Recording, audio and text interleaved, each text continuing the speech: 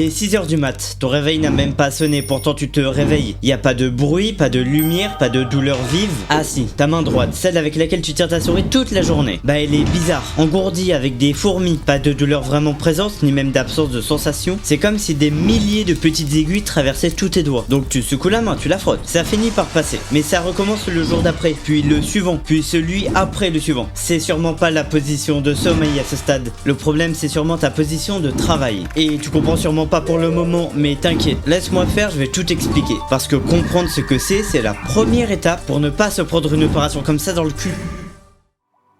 Déjà, le syndrome du canal carpien est une maladie des nerfs, et c'est la plus présente. On parle de genre 90% de ce type de maladie par compression. Retiens que c'est la référence. Quand un docteur pense à une compression de nerfs au bras, c'est la première chose qui lui vient. Le syndrome du canal carpien, c'est tout ce qui arrive après la compression ou l'irritation d'un nerf à l'intérieur de ce qu'on appelle le canal carpien. Une sorte de tunnel qui est dans ton poignet et qui ne peut pas s'étendre. Retiens ce que je viens de dire, tu t'en doutes, c'est important. Et ce tunnel est petit, quelques centimètres environ, ça dépend des gens. Et dans cet espace, on retrouve 10 éléments. 9 tendons qui relient tes muscles de l'avant-bras aux os de tes doigts et un nerf, le nerf médian. C'est lui qui gère la sensibilité des 3 premiers doigts et de la moitié de l'annulaire. C'est lui qui commande les muscles qui permettent à ton pouce de s'opposer aux autres doigts, donc de pincer et de saisir. Et c'est lui, quand il est comprimé à l'intérieur du canal, qui produit tous les symptômes du syndrome. En France, 2,7 à 3,8% des gens ont des symptômes de ce syndrome. En réalité, d'après certaines études, il toucherait 3 à 6% de la population et jusqu'à 15% des femmes ménopausées. Dans le pays de la baguette, le syndrome du canal carpien est la première cause de compression de nerfs et le risque de le choper augmente avec l'âge. On atteint les 10 à 15% avec les plus de 70 ans. Un autre truc, entre 40 et 60 ans, les femmes sont 3 fois plus touchées que les hommes. 3 fois plus touchées, c'est tellement étrange cette différence que c'est l'un des sujets les plus étudiés et documentés en rapport avec le syndrome. Mes techniques de storyteller machin mon cul, on y reviendra plus tard. Bon, il n'y a pas une cause du syndrome du canal carpien, il y en a plein et elles sont souvent reliées. Déjà on distingue les formes dites idiopathiques, sans cause identifiable, et les formes secondaires liées à une pathologie cachée. 80% des cas sont idiopathiques, sans cause claire et unique qu'on pourrait pointer du doigt. Mais c'est pas parce qu'on ne voit pas la cause qu'elle n'existe pas. En réalité, plusieurs facteurs s'accumulent et se dirigent au même endroit. Le premier grand facteur, c'est les conditions de travail. Mouvements répétés et ou prolongés du poignet, bas de la main directement contre le bureau pendant un certain temps, poignet cassé au quotidien, micro-traumatisme, vibration. Le syndrome du canal carpien est l'une des maladies professionnelles les plus répandues. Le principe est simple, la répétition de gestes avec le poignet dans une position non neutre génère des frictions répétées à certains endroits dans le poignet. C'est les gaines tendineuses. Ces gaines s'enflamment, elles gonflent, elles prennent plus de place dans le canal qui, je vous le rappelle, ne peut pas s'étendre. Et donc ce gonflement finit par comprimer le nerf médian. Les couturiers, informaticiens, mécanos et même les bouchers sont particulièrement concernés par ces facteurs. La boucherie, la coupe de viande répétitive avec force pendant des heures. Les caisses de supermarché où la même main fait le même geste de scanner des milliers de fois par jour. L'usine d'assemblage, le secteur textile et bien sûr les métiers manuels avec des vibrations comme l'utilisation de marteau-piqueur peuvent faciliter l'apparition du syndrome du canal carpien. Les vibrations ont un effet particulier sur le nerf médian. Elles créent un traumatisme qui fatigue les structures du canal carpien d'une façon différente de la simple répétition de gestes. Et les travailleurs de bureau, ceux qui tapent et utilisent une souris, sont aussi dans le tableau. Le poignet cassé, les gestes répétés à la souris, machin, c'est aussi un grand risque. Encore une fois, technique de storyteller de con, on y reviendra plus tard. Comme deuxième grand facteur, on a le sexe et les hormones. Les femmes sont 3 fois plus touchées, souvent en raison d'un canal carpien en moyenne plus étroit, et aussi en raison de l'effet des hormones sur la rétention d'eau. Un canal carpien plus étroit dès le départ, ça fait en sorte que la même pression devient plus vite dangereuse. Et les hormones jouent un rôle sur la rétention de liquide dans les tissus. Quand ceux-ci retiennent plus d'eau, ils gonflent, et ce gonflement réduit l'espace disponible dans le canal. La grande fréquence d'apparition du syndrome du canal carpien chez les femmes enceintes a été prouvée par de nombreuses études. En se basant sur les seuls signes cliniques, on estime entre 30 et 60% le pourcentage de femmes enceintes plus ou moins affectées par les symptômes du syndrome. Le changement hormonal et la rétention d'eau ont un rôle majeur dans l'apparition de cette pathologie pendant la grossesse. La bonne nouvelle, chez la majorité des femmes, le syndrome disparaît après l'accouchement, quand la rétention d'eau se résorbe. La ménopause est aussi un moment de faiblesse. La chute des œstrogènes, qui ont des propriétés anti-inflammatoires, modifie l'environnement de certains tissus et peut favoriser l'inflammation de gaines tendineuses. Le troisième grand facteur, c'est les maladies métaboliques. Juste avant définition, l'OR, l'odds ratio, c'est en gros la chance que quelque chose se passe chez deux groupes différents. Pour le diabète, il est de 1,97. Pour l'obésité, avec un IMC supérieur à 30, il est de 2,12. Un OR de 1,97 pour le diabète, ça veut dire que les diabétiques ont presque 2 fois plus de risque de développer un syndrome du canal carpien. Pourquoi le diabète? Parce qu'il fragilise les nerfs périphériques. C'est ce qu'on appelle la neuropathie diabétique. Et ça augmente le risque de canal carpien de 2 à 3 fois. Un nerf déjà fragilisé par l'hyperglycémie chronique, donc un trop haut taux de sucre dans le sang sur une très grande période, c'est un nerf plus vulnérable à une compression supplémentaire. Le terrain est moins résilient, on va dire. L'hypothyroïdie, qui en gros ralentit les fonctions du corps, elle agit différemment. Le manque d'hormones thyroïdiennes provoque un épaississement des tissus et une rétention d'eau dans le canal. Ce n'est pas le nerf qui est fragilisé, c'est l'espace dans le tunnel qui rétrécit. Le même mécanisme que la grossesse, mais d'une autre origine. Dans une étude de la HAS, portant sur des patients diagnostiqués syndrome du canal carpien, 6% avaient un antécédent de diabète, 14% une affectation de la thyroïde et 20% une obésité. Aussi, la polyarthrite rhumatoïde, une maladie qui attaque les articulations des mains et des pieds, ainsi que d'autres inflammations du poignet sont parmi les facteurs. Les inflammations articulaires peuvent s'étendre aux gaines tendineuses, réduisant l'espace disponible dans le tunnel. Et pas mal de maladies chroniques ou rares sont listées comme facteurs de risque. Quatrième grand facteur, les traumatismes. Un syndrome du canal carpien peut être causé par un traumatisme de la main lors d'un accident ou d'une chute. En fait, il y a deux mécanismes. Les tendons fléchisseurs des doigts qui gonflent, ce qui augmente le volume du contenu du tunnel, et le plancher du canal carpien qui se modifie après une fracture ou une entorse, avec un changement de forme et un gonflement. Quand tu te casses le poignet, le plus souvent à cause d'une chute sur la main, le canal se déforme et il y a moins d'espace disponible. Dans l'étude de la HAS,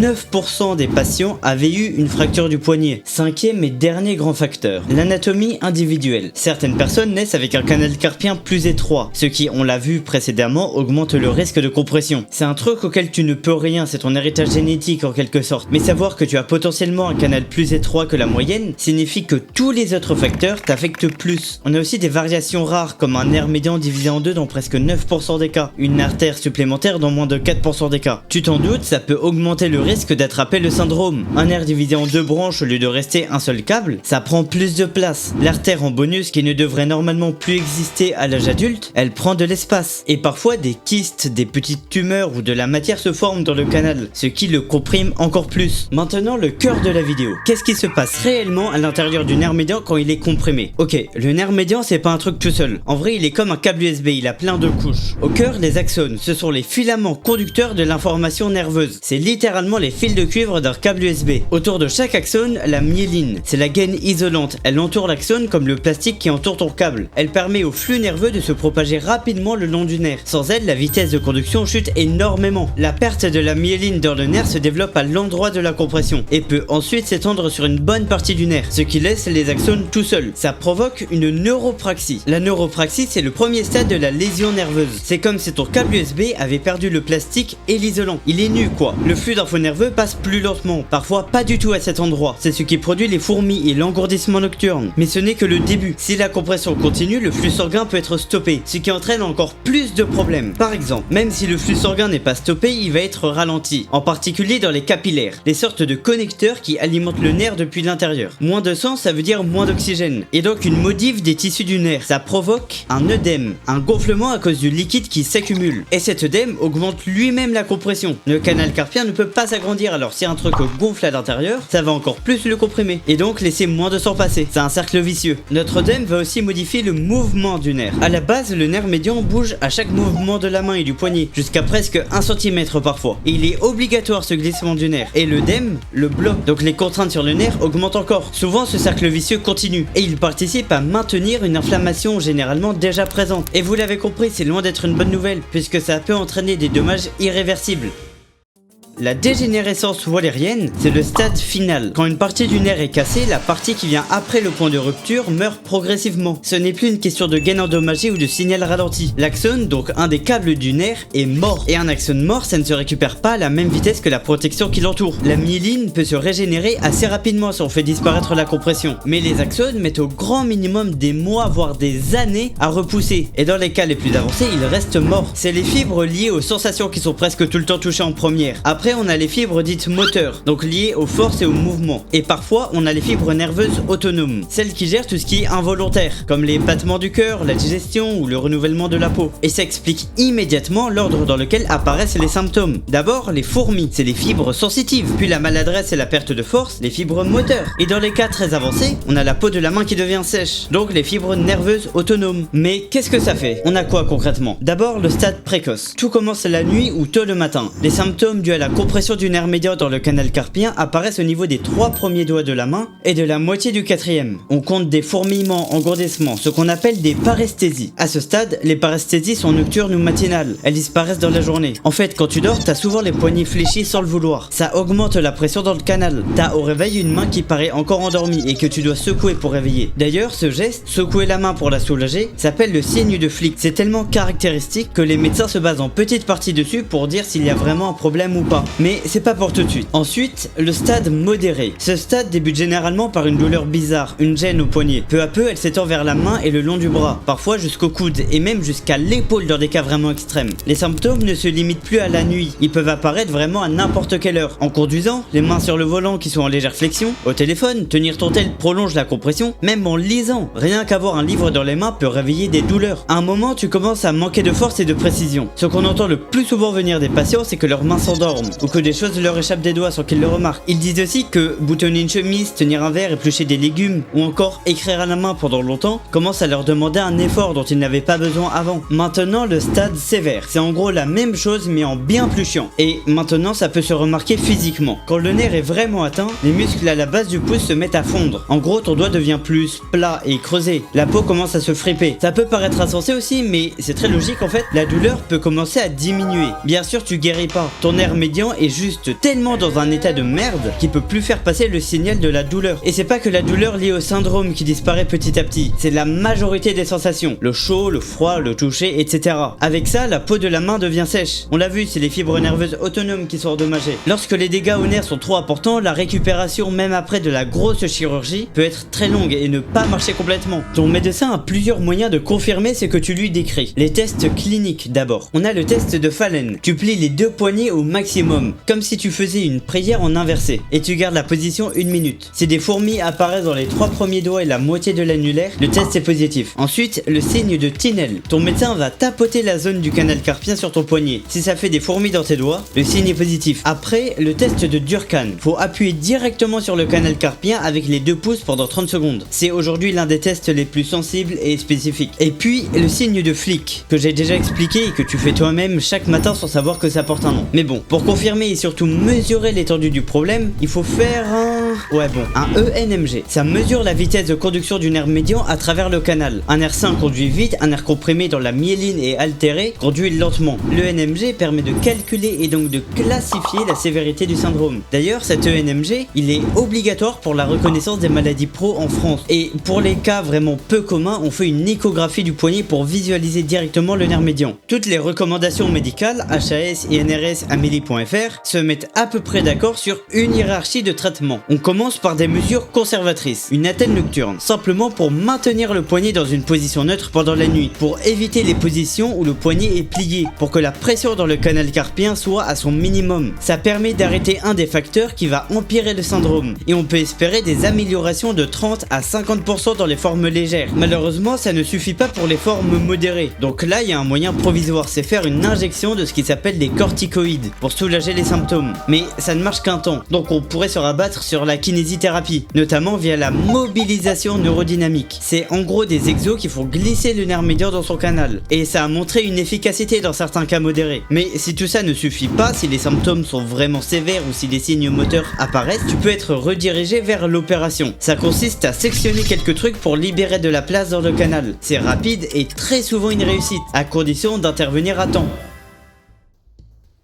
Depuis quelque temps, le taux de personnes atteintes du syndrome du canal carpien augmente de manière remarquable, on va dire. Pourquoi? Parce que l'informatisation des bureaux, les ordinateurs perso dans chaque maison et chaque entreprise, en général toujours accompagnés de l'écran, le clavier et la souris. Quand tu utilises ta souris, t'es presque toujours en légère extension, en légère déviation, dans une position qui n'est pas neutre. Et ça pour des mouvements répétés des centaines de fois par jour. Ce facteur, on va l'appeler la répétition. La répétition en bureautique fait partie des facteurs reconnus au tableau des maladies professionnelles. Et c'est l'un des plus présent déjà par le nombre de personnes qui travaillent à la souris et par le temps qu'on y passe. C'est 7 à 8 heures multiplié par 5 jours, multiplié par 50 semaines, multiplié par des années. C'est exactement le mécanisme que tous les organismes de santé au travail ont documenté. La solution n'est évidemment pas de ne plus utiliser de souris, ce serait con. Non, la solution est de corriger la position du poignet pendant qu'on l'utilise. Et si tu me connais, tu sais où je veux en venir. Utilise un support de poignet. Un support te permet de maintenir la position neutre, genre le principe central. En position neutre, la pression dans le canal carpien est à son minimum. Les tendons glissent librement. Le nerf médian n'est pas comprimé. Et maintenir cette posture pendant ton travail à la souris, sans effort, sans y penser, automatiquement quoi, c'est le pourquoi du N-pose. Un repose-poignet donc, conçu pour que ta main qui est à la souris reste dans l'axe de ton avant-bras, tout au long de ta journée de travail. Bien sûr, c'est pas un outil médical, pas de la magie, c'est un objet basé sur à la fois un grand nombre d'expériences, dont la mienne et celle de tout mon entourage, et surtout, vraiment surtout sur la littérature ergonomique, sur les documents que moi et mes potes avons dénichés. Je te refais le speech rapidement, il s'adapte à ta main et permet de maximiser tes chances de rester en position neutre, donc de lutter contre ce syndrome qui peut te faire perdre l'usage de ta main à petit feu. Bon, bah maintenant tu sais ce que c'est que le syndrome du canal carpien. Le lien vers le N-pose est dans la description, je te conseille de l'acheter. C'est vraiment que dalle comparé à ce qu'il peut t'éviter. Et même si tu l'achètes pas, fais attention à tes poignets, on n'en parle pas assez. Et petit dernier mot, achète con...